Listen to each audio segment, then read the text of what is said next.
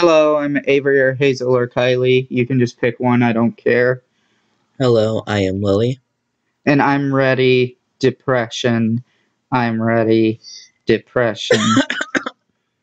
Oh God. Yes. I'm never ready.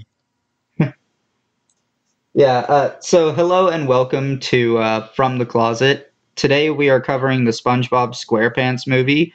So obviously this movie will contain spoilers for this The episode. movie will contain spoilers for itself. The episode will contain spoilers for that movie. You can join us. Wait, I have to spin the wheel to determine what you can join us tomorrow for. So let me open up the wheel. And spinning and spinning and spinning and oh wow, it's another it's another movie based on a TV show. It's What, regular show? No, it's Phineas and Ferb Across the Second Dimension. Damn. We literally had, before we picked this movie, 3. And now only 2. And now 1, apparently. So yeah, you can. Well, no, there would still be 2 because we're replacing Phineas and Ferb Across the Second Dimension on the wheel is getting Oh replaced yeah, by I almost the forgot about that one. yeah Yeah, the the other Disney movie. Plus special. But yeah, so you can join us tomorrow for Phineas and Ferb Across the Second Dimension. You can join us next week for something, because we don't know. Whatever is going to be on Monday, you can find out what that is tomorrow. But on Tuesday, we'll be doing Agents of S.H.I.E.L.D. Season 1. So look forward to Cool. that. In the description below, you can find a link to Just Watch, where you will find all the places that you can rent, purchase, or stream this movie. Our links are centered around the US version of the site. However, if you use the website, if you use the app, you can change the.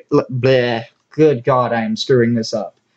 If you use the app, it will automatically redirect you to your country's page. And if you use the website, you'll be able to change the country from the website page.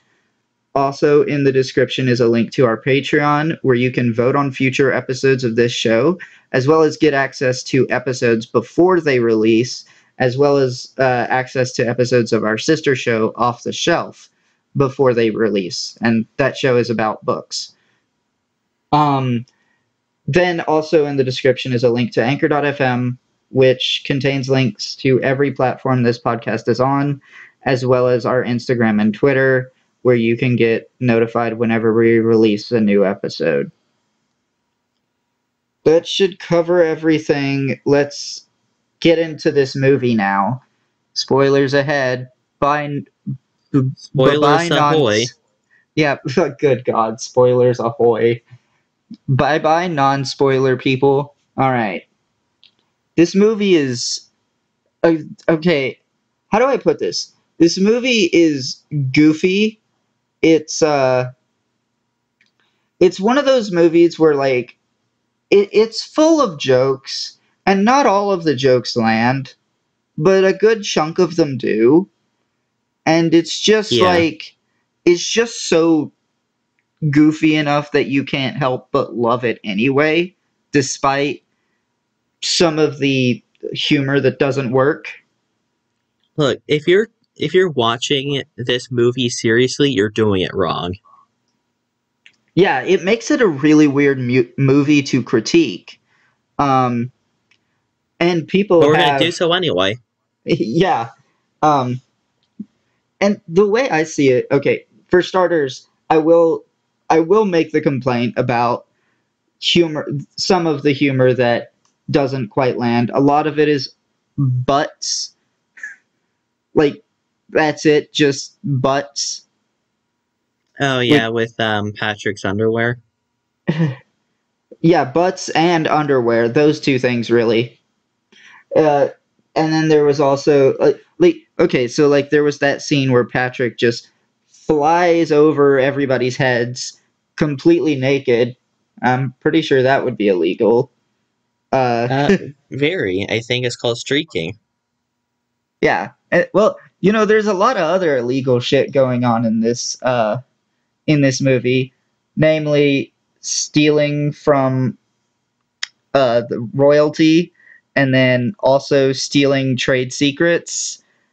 Uh, We there's have just stealing. We have Grand Theft Auto, and then repossession.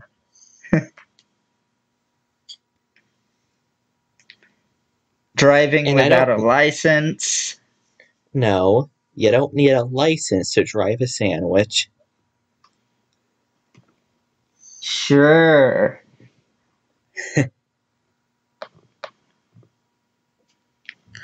I love that But explanation. yeah, I do that line's really only in there to reference the episodes where SpongeBob fails his driving test. Because that's just like a lot of episodes. And to be Yeah, fair, his that's driving tests are often really absurd. Like you for wouldn't, somehow he is not a good driver unless he's piloting a sandwich. yeah, a soggy sandwich. What will it be? Mustard or ketchup? Soggy mustard or ketchup. What? Yeah, it would be soggy mustard or soggy ketchup. Okay then. Because it's all underwater. I don't get how that'd be soggy. I don't think can liquid get soggy? Yes. I don't want to know that anyway. But yeah, the bleh. I can't, like I said before, I can't imagine a Krabby Patty actually tasting good because of underwater. I mean, I guess when everyone's underwater, you just get used to it. But yeah, so the interesting thing that I find about this movie is that they constantly refer to SpongeBob and Patrick as kids. They're in their 30s. I mean, I'm look pretty at sure them. that I'm pretty sure like that's correct. Hold on. I'm actually I always going thought that they were to in their 20s. real quick. I'm just gonna Google SpongeBob's canon age. Honestly, does he even have a canon age? Does SpongeBob even have a canon? Yes. I doubt it. I mean,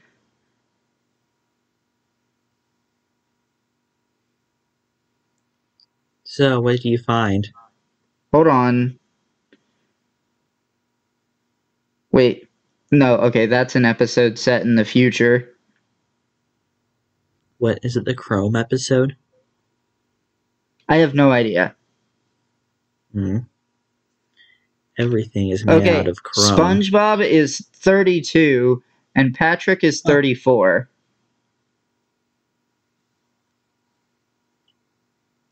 But you So, see how they act. yes, but to call them kids is the wrong term. The proper term would be man-child. I don't think anyone wants to have that, anyone wants to say that. So I think kid is a more appropriate word. Not I appropriate, family it, friendly, yeah. but it's the more accurate word. I feel like they go the whole movie calling him a kid, and he even says he's a kid. Um, and it His just strikes me as weird knowing he's a lot older than he's way past kid in terms of age. It's just maturity that's the issue. well, I mean, there's also the other thing. of, he acts childish because he is like the show wants the younger viewers to personify themselves as SpongeBob. They want to put, see themselves in SpongeBob's shoes. Yeah, and see, that's the thing that I don't know. It just makes me seem weird because okay, we have a 32-year-old man who acts like a kid. Um, he basically almost very, very close to the start of the movie, he breaks into his neighbor's house and creeps into the shower with him. It's just SpongeBob things. I feel like the real question is, how is there a shower? Yeah, that's another issue. There shouldn't be showers underwater. Also, I will say that just before that, the joke where he takes out a toothbrush and then like he puts toothpaste on the toothbrush, and you think he's gonna go brush his teeth, and then he goes for his eyes. That's funny. This is literally comedy gold. There are some, like I said, some jokes are funny. The "I'm ready" depression is kind of dark. I was like, oh, okay. Okay then. Um, the entire scene at the Goofy Goober when they start eating the shake or the ice cream. I forgot what it's actually called, but that was hilarious. And Yeah, I feel like saying that they ate it is very loose. yeah. Remind me that put like a reminder in the name of the audio when you go to export it to tell me to edit some shit out. Okay.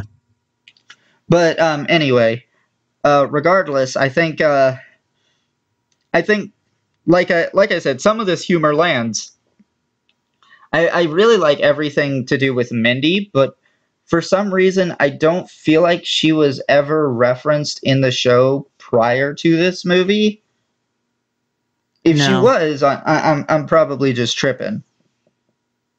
no.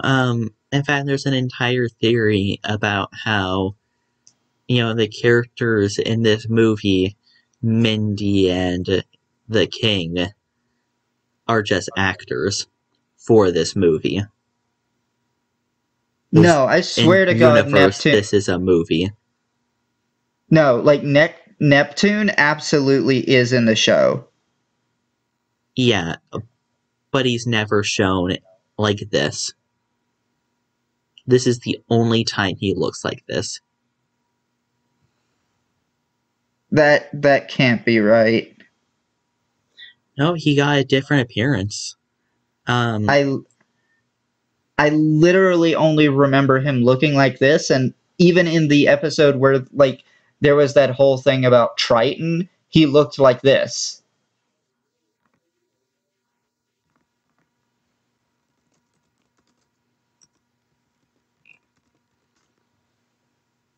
um, I'm just looking something up. Um, I think we should talk about the music in this. Hold on, I do want to continue on about Mindy because she's an Okay. interesting character, and like I really enjoy her role in this movie because she the joke at near the end where she's like uh where Neptune and her are arguing about how like she's stalling. It's funny. I couldn't help but just picture like the CinemaSins layout over that scene and just having them make the sin. This goes on for some time. So you're saying I'm stalling. Stalling. And see, like that's the kind of joke that I want out of CinemaSins videos, which is why they probably didn't make it. I don't know. I'm gonna have to go and check and see if they've even sent this movie. I mean, they should have covered this movie. It's such a classic. And they've had two chances to push it out for like uh popularity, I guess. Like because there's been two other movies since then, so there would have been a period where this movie and content centered around it would have been popular. Does that make sense? Yeah. But Also, look yeah, at the but DMing I'm sending you if you can. I can't. Okay. Well, after the episode, I sent you two different images. One of the movie King Neptune, and one of the show Neptune. The show Neptune is blue. This movie is actually green.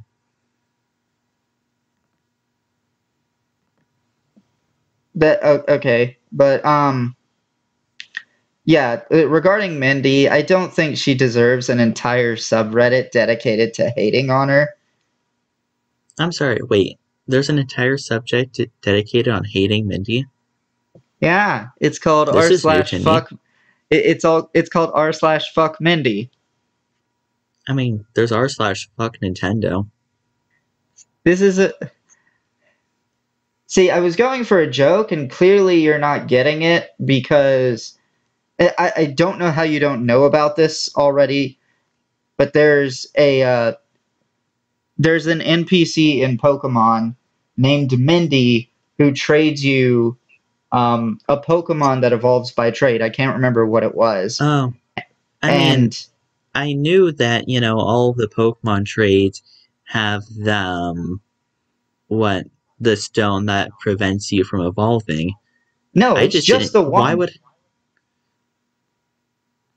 I just didn't know the name. I don't memorize the NPC's names. We've literally talked about it in voice chat about how it's just this one NPC and how there's an entire subreddit dedicated to hating on her. Yeah, I do not remember talking about that recently. We've talked about it multiple times. Not recently. You have the memory of a goldfish, I swear. Actually, okay. So, how many songs were in this movie? I Like can only two. remember two. No, And it then was just two. and then you have the credit song, which was not Well, made for this movie, but I want to say it went in hand of making the movie a lot, not the movie, making the song a okay. lot more popular. I guess if you stretch, you can say four. Because there's the SpongeBob SquarePants theme, there's the Goofy Goober theme song, there's Now That We're Men, which I actually have on my Spotify playlist, and then there's Ocean Man, which wasn't made for this movie. Yeah. Okay, I didn't count the Goofy Goober theme song. I actually forgot about that. Then what were you counting? For the two, just the the song that SpongeBob sings at the end of the movie, and Now That We're Men. Didn't he sing the Goofy Goober theme song just in a more rockified version of it? That's what I was counting. And no, that the Rockify version, that's his own song. No, it's not. Literally is. You might be able I'm to a find. goofy goober, yeah. I'm a goofy goober, yeah. Is definitely different from I'm a kid, you say it again. And I say thanks, thank you very much. Literally different lyrics. I literally did not hear Completely those lyrics, and I different just finished lyrics. watching the movie.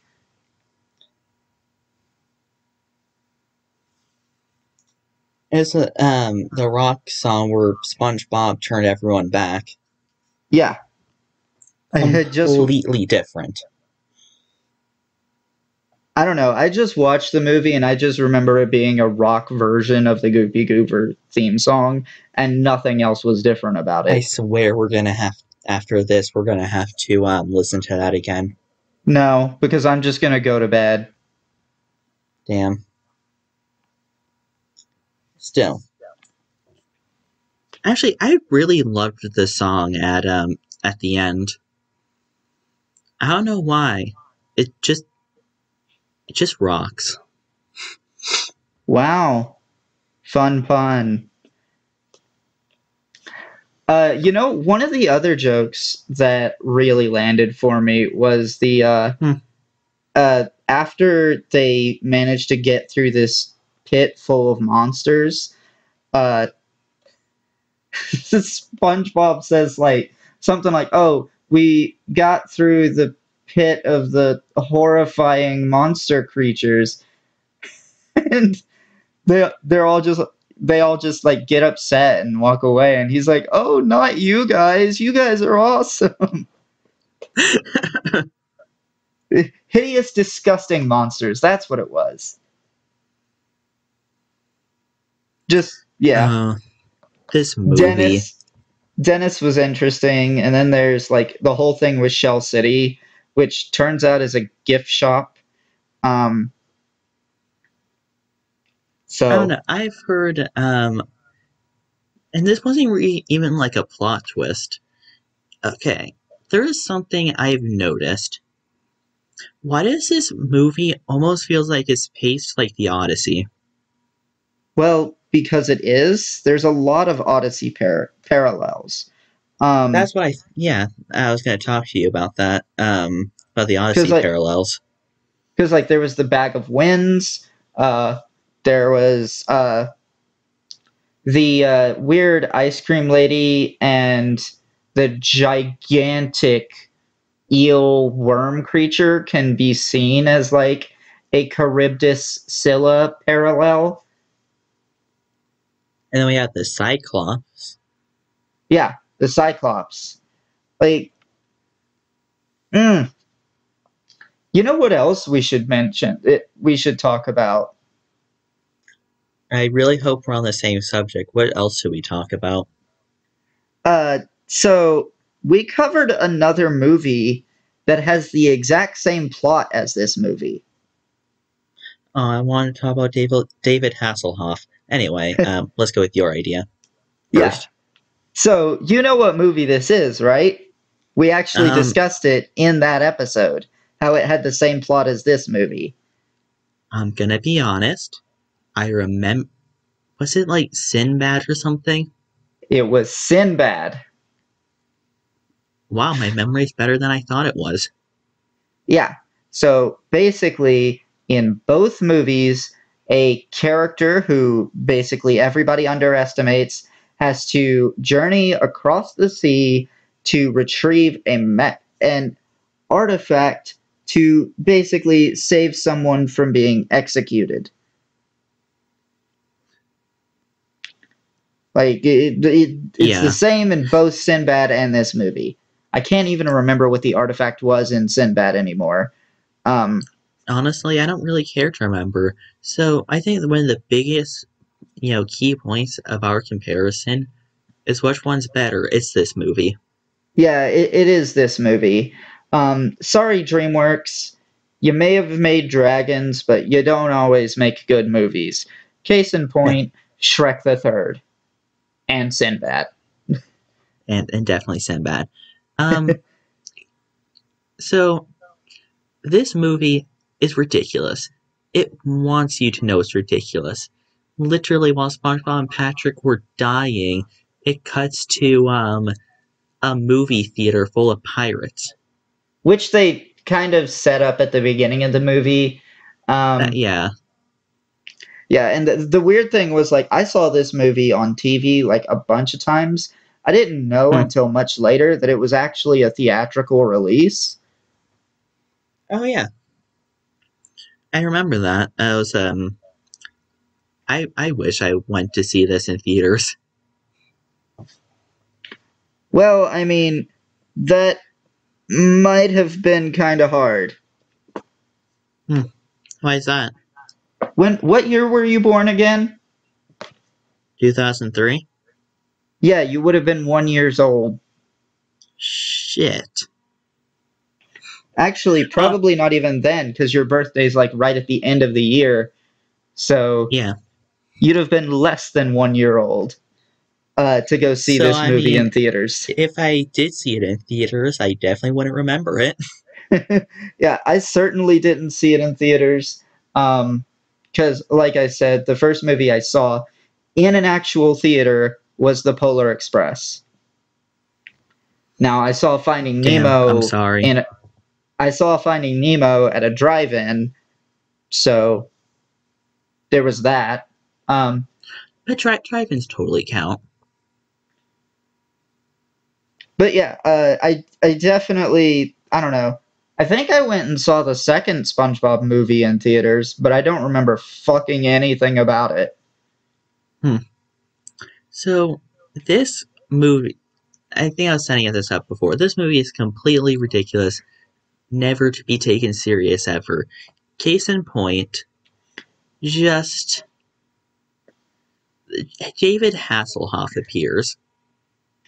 Why? Yeah, Because it's David Hasselhoff. yeah, he appears and he swims SpongeBob and Patrick across the ocean and then launches them into Bikini Bottom with the power of his pecs. This is something only SpongeBob can come up with. Yeah, and I And, guess that also means that David Hasselhoff canonically exists in the SpongeBob universe. oh god. So, usually, stuff like this amount of ridiculousness of just David Hasselhoff just randomly appearing out of nowhere, this would get flack, you know? But because of how ridiculous this movie is, it just works. Yeah, like there's another movie, it's actually an MCU movie where David Hasselhoff just appears out of nowhere. And yeah, it was for a joke during a serious scene, and it got flack for that. Um, but I feel like it was a joke made. I feel like the Because of this way. movie or something? No, how do I put it? I feel like in that movie, it's a joke made more by the writers rather than the characters making a joke. The character who does this isn't joking, but bleh, who cares? We'll get to that when we Yeah. get to it. We're not there yet in the MCU. I have no idea what Avery's even talking about. Yeah, but oh my god, 2004 David Hasselhoff looks a lot different than he does now. God, I should see what he looks like now. But yeah, there was that ridiculousness, but then also there was the ridiculousness of how just after SpongeBob and Patrick, get incapacitated and literally are unable to move and completely dry up, we see their tears just straight up defy the laws of physics to bring them back to life. There is a lot of broken laws of physics in that scene. Yeah, Yes, like the for one, sprinklers go off and literally everything comes back alive. yeah. I mean, okay, so the sprinklers going off, that in itself kind of makes sense because like the faucet, the socket shorted out and was smoking. So, yeah, it would trip the smoke detectors, which would cause the sprinklers to go off. That in itself makes sense. But how the tears managed to get there and actually cause a short in the socket, that's weird because they were going down a sloped surface, and then randomly they just start shooting off to the left, I and mean, I then feel they like you're putting way too much logic onto this. Realistically, their tears should have dried up, just like SpongeBob and Patrick. Yeah, there's that too. The tears should have dried up. But like I'm just trying to point out how ridiculous this is and how you can't really take this movie seriously because like not only do they shoot off to the left, they start traveling along this lamp cord which realistically gravity should cause them to fall, like the tears to just fall off of it, and they make it all the way to the wall socket where it just seeps its way in, almost looking like it's intentionally doing it, and causes the I mean, it socket to did make short a circuit. heart, so maybe it's alive. Oh boy. And then the smoke goes up to the smoke detectors, sprinklers. Oh, yeah. So, I don't know if you know this. If you put a sea creature under intense flight and it dies, because, it dries out, putting it back into water does not revive it or Yeah. reanimate it. Yeah, but like this is also the same show where SpongeBob discovers a tiny little string, starts pulling on it, and unravels the entire universe in 5 seconds. The Goo Lagoon.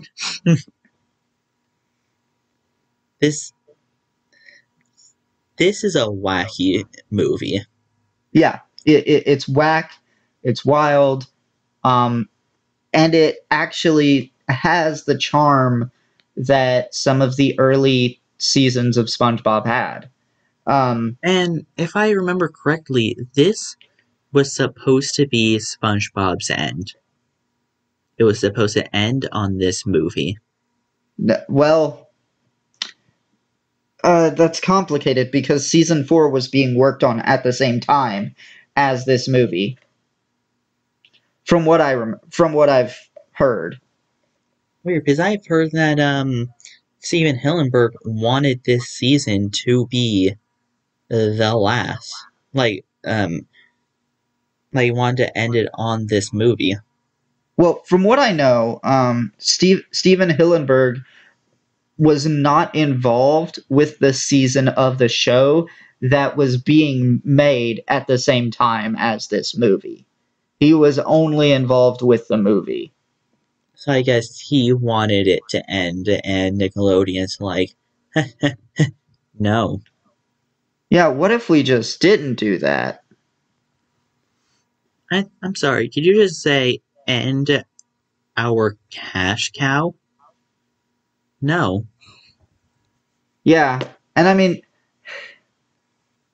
there's a lot of evidence that Nickelodeon doesn't really know how to just let a good thing end. Because, I like, mean, for starters, you have this especially. show, which is the prime example. But let's not forget, they made Planet Sheen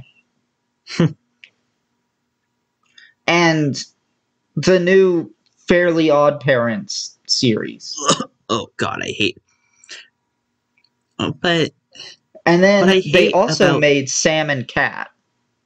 SpongeBob, like the newest seasons of SpongeBob, they're making a bunch of spin-off shows, which Hillenburg specifically said he would never want to do, and then he Ugh. died. So Nickelodeon has said, "Oh, we can finally do it now." See, at least with the Avatar stuff, the creators are on board with it and they're the ones doing it with very little oversight from the network from what I've been seeing. I mean, considering that they have launched their own studio now and are planning to do theatrically released films set in the Avatar universe, like that's huge to me.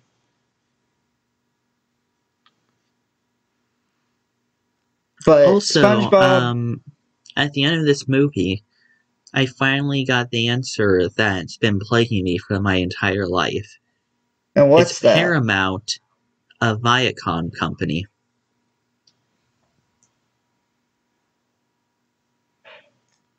I mean, for the longest time, I never knew, like, was Nickelodeon owned by Paramount or Viacom? And I Regardless, guess it's like Paramount. regardless, there's this weird thing going on Hmm. with Nickelodeon now where okay, when I was a kid, Nickelodeon was a very well respected, I guess would be the right term for it, network for kids content. Mm-hmm. Um, and now they can't even compete with Cartoon Network and Disney Channel anymore. And This is sad. Cartoon Network has been going down the shitter for a while. I mean, well, they were going down the shitter for a long time. I suppose maybe they're bringing shit back, but there was a period of time where 50% of the content that aired on the network was Teen Titans Go. And they didn't even give regular show a proper send off. Like the finale aired and then that was it. That was really sad. This, honestly, why is Disney Channel the one that's reigning supreme?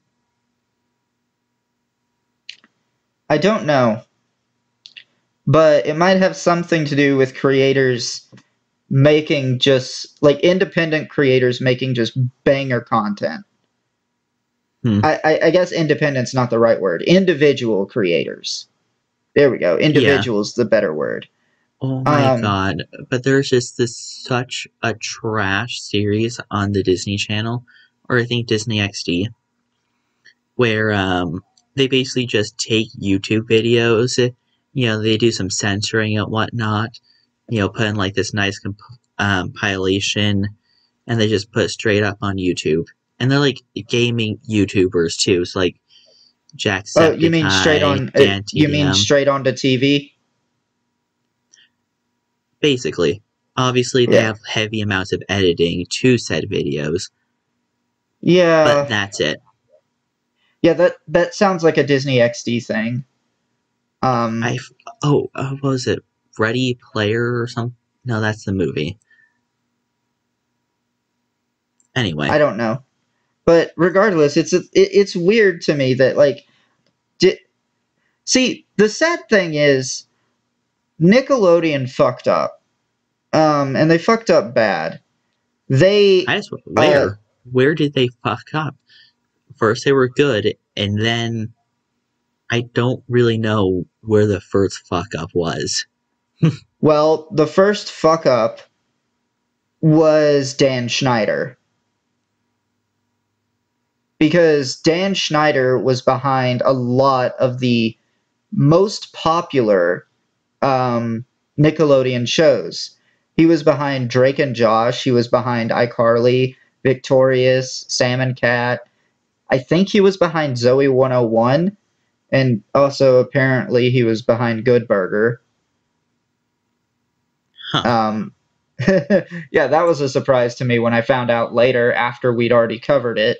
But yeah, like, obviously, you know, he was very good at creating this content, but he was a horrible person. And I don't blame Nickelodeon for firing him, but they never got really anyone who was even close to his skill level after that. And then later at some point, they had two shows that were pitched to them. This is probably their biggest fuck up of all time. What The were those two two shows? shows, the two shows that got pitched to Nickelodeon Mm-hmm. were Fanboy and Chum Chum and Adventure Time. No. No, wait. They Why do I? turned they turned down Adventure Time in favor of Fanboy and Chum Chum. Oh my god, I want once in a while it makes me puke in my mouth. Like, We are way off topic. I just realized that this movie, I guess the whole point we're trying to make, this movie comes from an era of Nickelodeon where they felt more respectable, where they had much better content. Lots of people loved this movie. Lots of people loved the first 3 seasons of SpongeBob. People loved the Rugrats, Drake and Josh, iCarly, Victorious. Some people were there's okay with Sam reason and Cat. there's reasons why people love this, you know, all of these stuff. These were well made things, and now what Nickelodeon has I don't even know what they're prioritizing, but it's not good. Yeah, the stuff that they're putting out now isn't entertaining. Not to the people who have it's not entertaining either to the people who have a nostalgic connection to the network, and it's not entertaining for the kids of the modern generations who would rather go and watch stuff on Cartoon Network or Disney Channel. Um, and we'll talk more about like Disney Channel's fuck ups because like they canceled a show that was very popular with one audience, but it wasn't their target audience, and they didn't notice that until later. Like they didn't notice its popularity until much later. It reminds me of Infinity Train.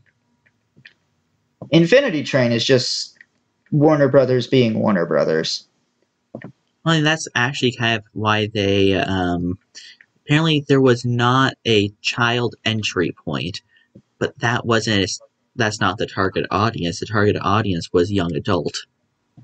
Yeah, well, then it shouldn't have been on Cartoon Network for a while.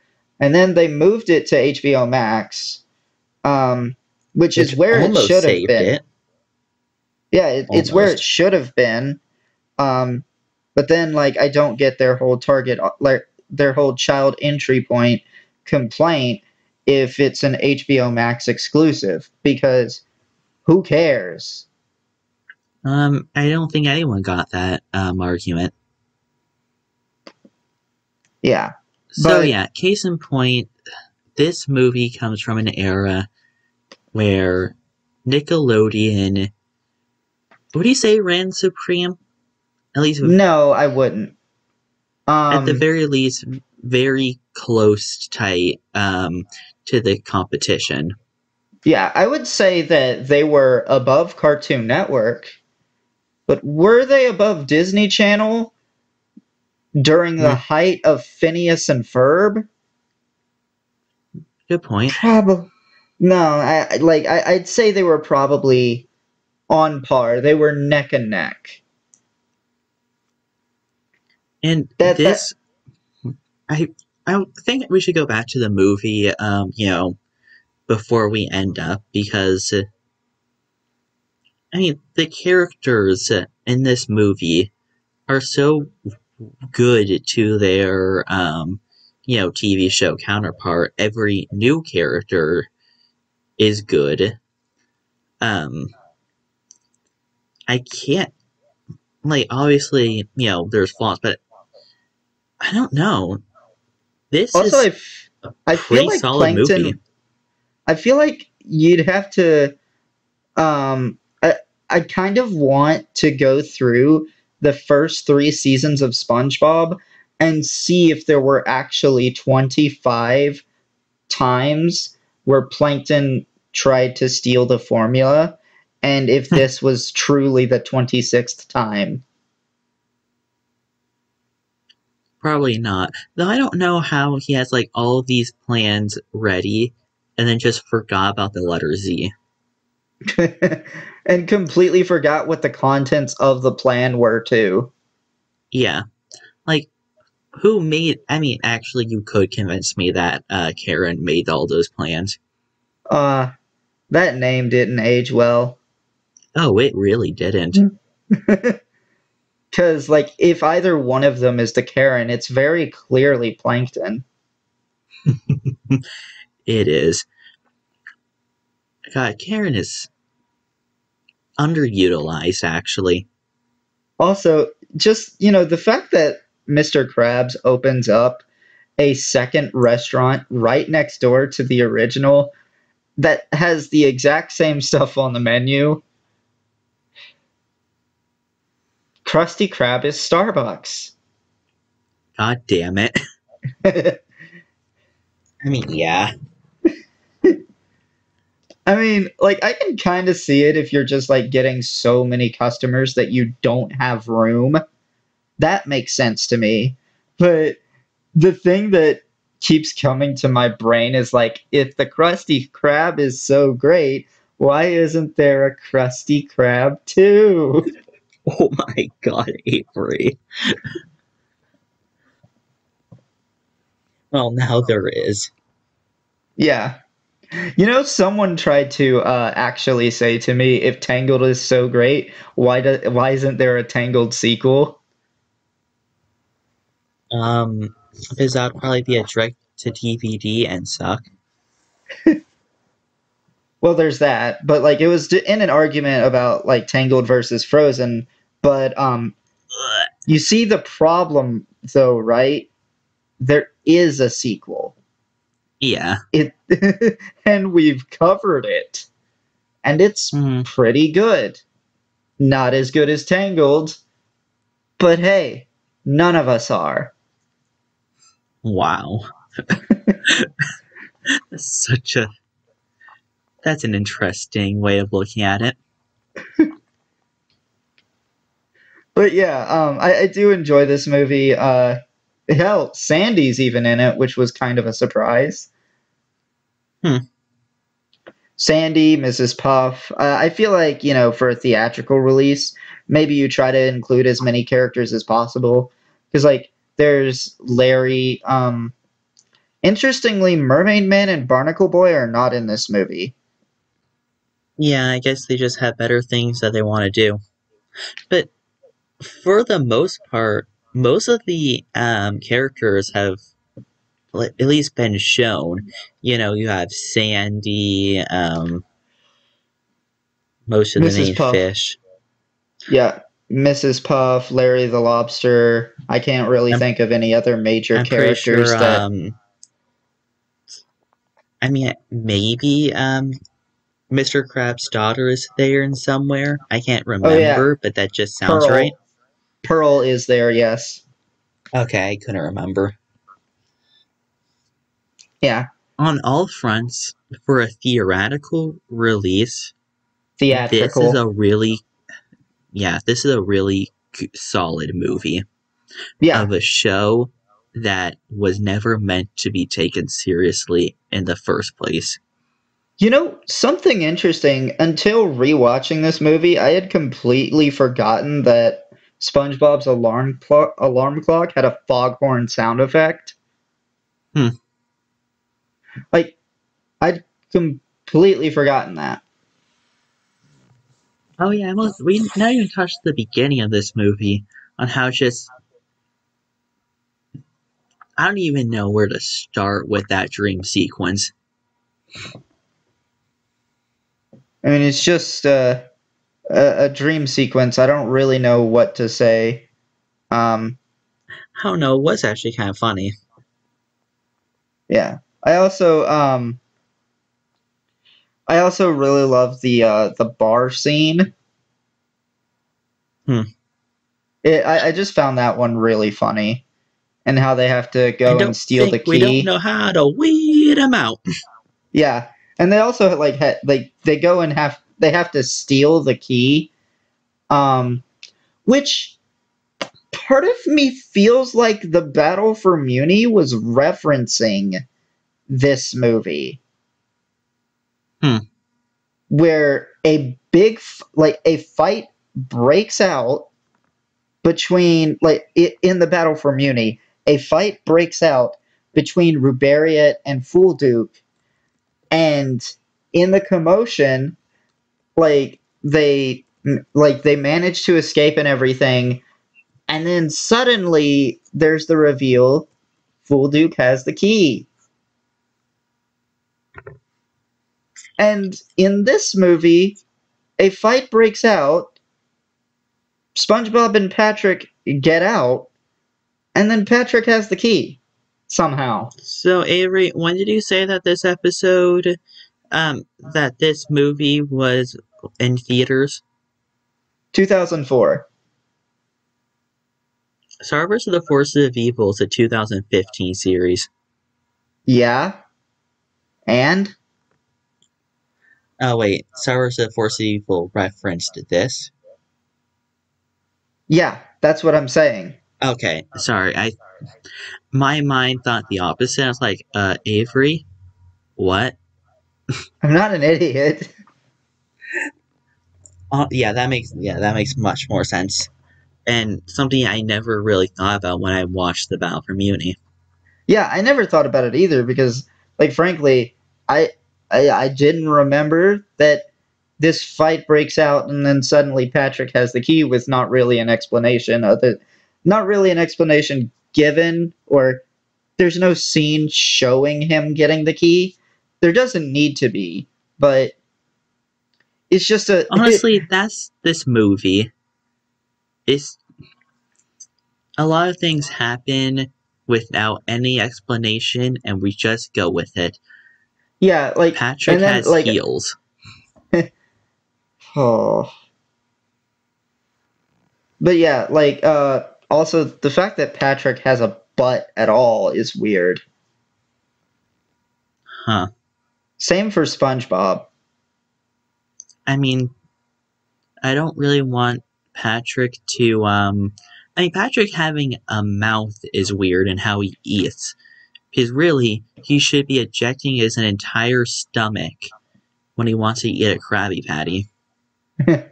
Yeah, I mean, it's there's all kinds of like theories about how Bikini Bottom came to be and like how all the animals came to, be sentient, including one Um, involving atomic bomb testing.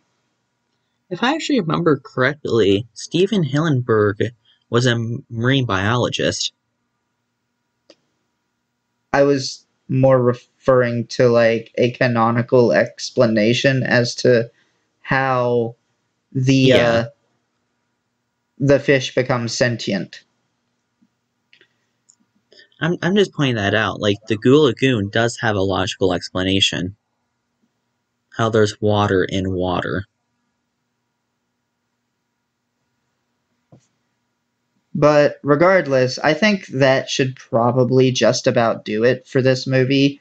I mean, we've said a good chunk of what we wanted to about it, I think. And then I would also, agree. Yeah. yeah, and then also like vented our frustrations about Nickelodeon. Um, they've kind of become shit, and I'm really hoping that the new Avatar content that's coming out doesn't suck. We will see, I guess. Yeah, we'll have to see. Viacom, you get a 0 out of 10.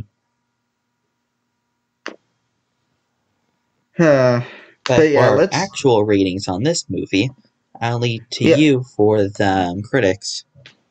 okay, so IMDb gave this movie a 7.1 out of 10. Rotten Tomatoes gave it a 68%. No, TV too low. TV Guide gave it 66%. Who? Yeah, that's what I'm thinking. Um, and 85% of Google users liked this movie. Yeah. The two 60% ones, way too low. I think the 7.1 is a pretty fair, just a little bit low score. Because I do feel like this movie is probably in the sevens range. Yeah, I was about to give it like an 8, then I think I reeled my, thoughts in like, is it really worth it? No. Great movie for what it is, but Yeah, going into this movie, I was expecting to like rate it somewhere in the eights, but then there were just so many jokes that did not land for me that mhm.